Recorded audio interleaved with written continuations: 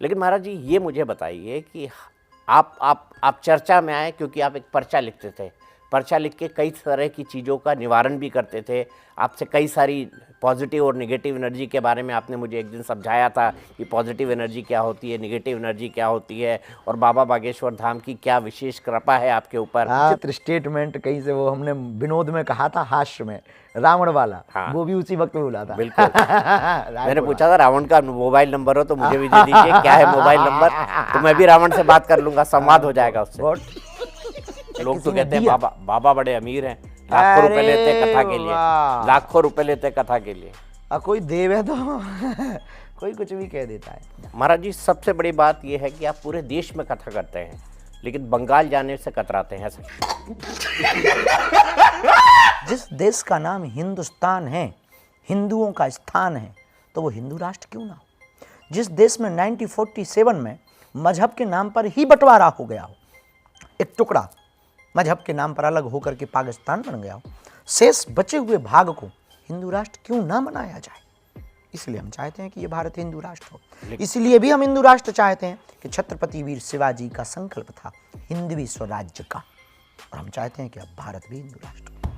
लेकिन लोग कहते हैं कि आप ये करके जहर बो रहे हैं। हिंदू मुसलमान सिख ईसाई सब भारत में भाई भाई, ये नारा सालों से लग रहा था, लेकिन जब से बागेश्वर धाम सरकार आए हैं वो इस नारे की खिलाफत हिंदू राष्ट्र की बहुत ज़्यादा वकालत करने लगे हैं। क्या ये जहर बोने की साजिश है समाज के अंदर? नहीं, सही पकड़े हैं। तो दोस्तों वीडियो देखकर समझ गए होंगे कि वीडियो कैसा होने वाला है। और जैसा कि धीरेन्द्र शास्त्री हिंदू राष्ट्र बनाने की बात करता है, तो इन्हीं सब बातों को लेकर इस एंकर ने धीरेन्द्र शास्त्री से कुछ ऐसे सवाल किए कि धीरेन्द्र शास्त्री पूरी तरह से बौखला जाते हैं।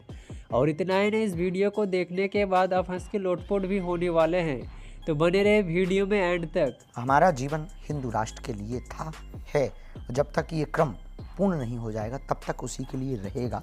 हमें सरकारों से मांग नहीं हमारी कोई, न सरकार से कोई अपेक्षा है। हमें कागज़ पर हिंदू राष्ट्र नहीं चाहिए, लोगों के दिलों में चाहिए। उसके लिए गांव-गांव गली-गली जा रहे हैं। आपसे ये जानना चाहूँगा कि आप हिंदू राष्ट्र क्यों चाहते हैं? आपको सेक्युलर भारत क्या पसंद नहीं है? Good question, you are a good question. Secular Bharat जोड़ा हुआ शब्द है। हिंदू राष्ट्र हम इसलिए चाहते हैं कि 65 से ज़्यादा देश मुसलमानों के पास है, 95 से ज़्यादा देश ईसाइयों के पास है, एक देश यहूदियों के लिए है, एक देश बुद्धों के लिए भी है। तो पूरी दुनिया में लगभग 140-50 करोड़ हिंदू रहते हैं, 80 करोड़ तो केवल भारत में रहते हैं। तो एक ज़मीन तो ऐसी हो जहाँ हिंदू राष्ट्र हो, एक जगह तो ऐसी हो जो हिंदुओं की कहलाए। जिस देश का नाम हिंदुस्तान है, हिंदुओं का स्थान है, तो वो हिंदू राष्ट्र क्यों ना हो। जिस देश में 1947 में मजहब के नाम पर ही बंटवारा हो गया हो, एक टुकड़ा मजहब के नाम पर अलग होकर के पाकिस्तान बन गया हो, शेष बचे हुए भाग को हिंदू राष्ट्र क्यों ना बनाया जाए। इसलिए हम चाहते हैं कि ये भारत हिंदू राष्ट्र हो। इसलिए भी हम हिंदू राष्ट्र चाहते हैं कि छत्रपति वीर शिवाजी का संकल्प था हिंदवी स्वराज्य का, और हम चाहते हैं कि अब भारत भी हिंदू राष्ट्र हो। लेकिन लोग कहते हैं कि आप ये करके जहर बो रहे हैं। हिंदू मुसलमान सिख ईसाई सब भारत में भाई भाई, ये नारा सालों से लग रहा था, लेकिन जब से बागेश्वर धाम सरकार आए हैं वो इस नारे की खिलाफत हिंदू राष्ट्र की बहुत ज़्यादा वकालत करने लगे हैं। क्या ये जहर बोने की साजिश है समाज के अंदर? नहीं, सही पकड़े हैं। जो जहर ऑलरेडी है उसको मिटाने की साजिश है, उस जहर को खत्म करने का प्रयोग है। कब तक इस देश में हिंदू मुसलमान चलेगा? कब तक इस देश में हिंदू ईसाई वाली बात करेंगे? हम हिंदुस्तानी क्यों ना कहलाएं, हम भारतीय क्यों ना कहलाएं, हम सनातनीय क्यों ना कहलाएं, हम एक क्यों ना कहलाएं। हमारे हिंदू राष्ट्र की कल्पना में मुसलमानों को भागने की आवश्यकता नहीं, स्वतंत्र रहेंगे इसी देश में, रहेंगे यहीं।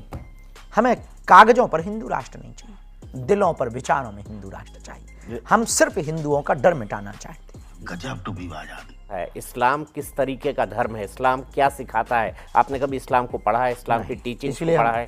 कभी नहीं, कभी नहीं पढ़ा। भगवान करे कि हमें आवश्यकता ना पड़े, कभी लगेगी तो हम पढ़ेंगे, फिर बयान देंगे।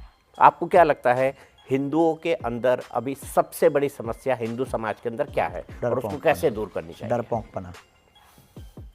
और किससे डर रहे हैं? उन लोगों से जिनका कोई अस्तित्व नहीं है इनके सामने। और वो लोग कौन है महाराज जी, ये भी बताइए। जो भारत को गजवाए हिंद बनाना चाह रहे हैं। और ये गजवाए हिंद तो वही बनाना चाहते हैं ना जो इस्लाम धर्म से जुड़े हुए हैं, ये उन्हीं का नारा है। तो फिर वही लोग, तो आप खुल के कहिए ना, आप हिचक क्यों रहे हैं? बिल्कुल भी नहीं हिचक रहे हैं, खुल के ही कह रहे हैं। गजवाए हिंद जो नारा दे रहे हैं उनको कह रहे हैं।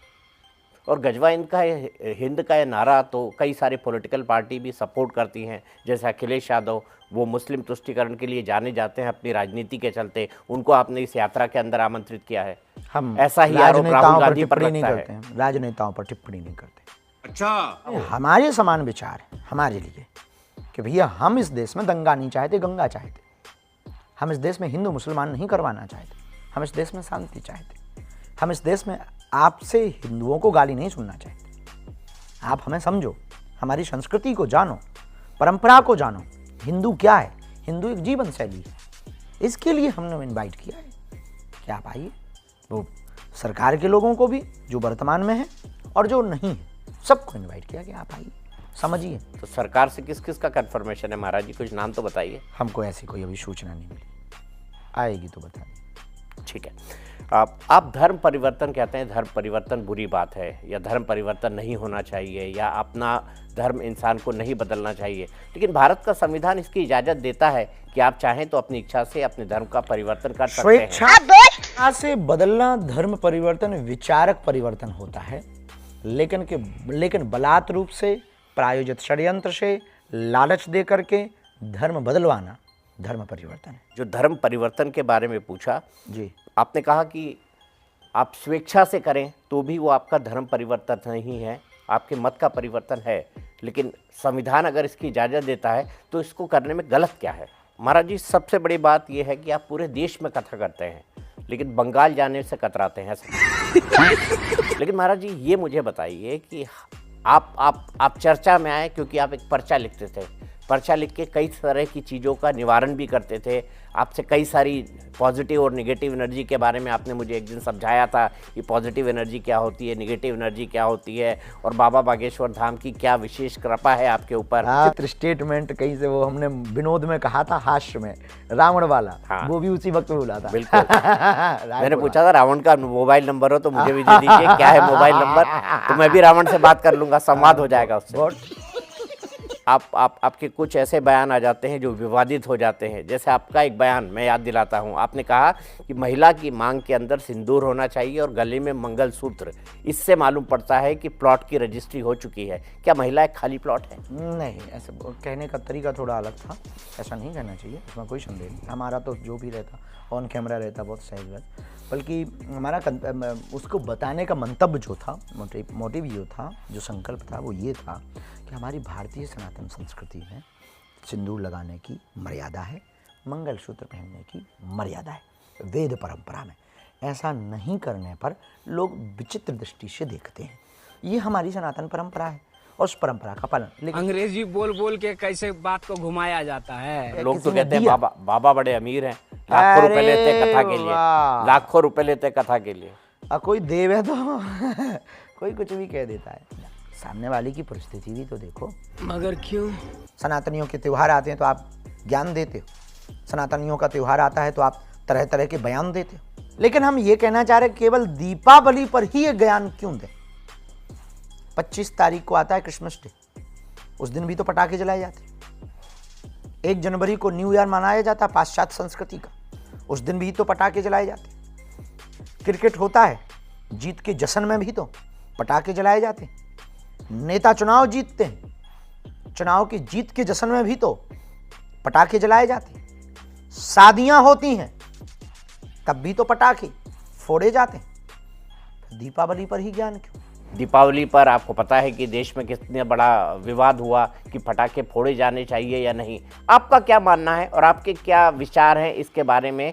क्या आपको नहीं लगता कि प्रदूषण को कम करने के लिए पटाखों को बंद करना कम से कम दिल्ली जैसी जगह में बेहद ज़रूरी है?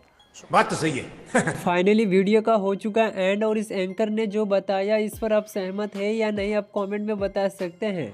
और इस धीरेंद्र शास्त्री के लिए 2 शब्द ज़रूर लिखिएगा। और वीडियो आपको पसंद आए तो वीडियो को लाइक करके चैनल को अभी तक सब्सक्राइब नहीं किया तो सब्सक्राइब कर ले, ताकि आपको इस तरीके के वीडियो मिलती रहे। तो मिलते हैं किसी दूसरे वीडियो को लेकर, तब तक के लिए बाय बाय।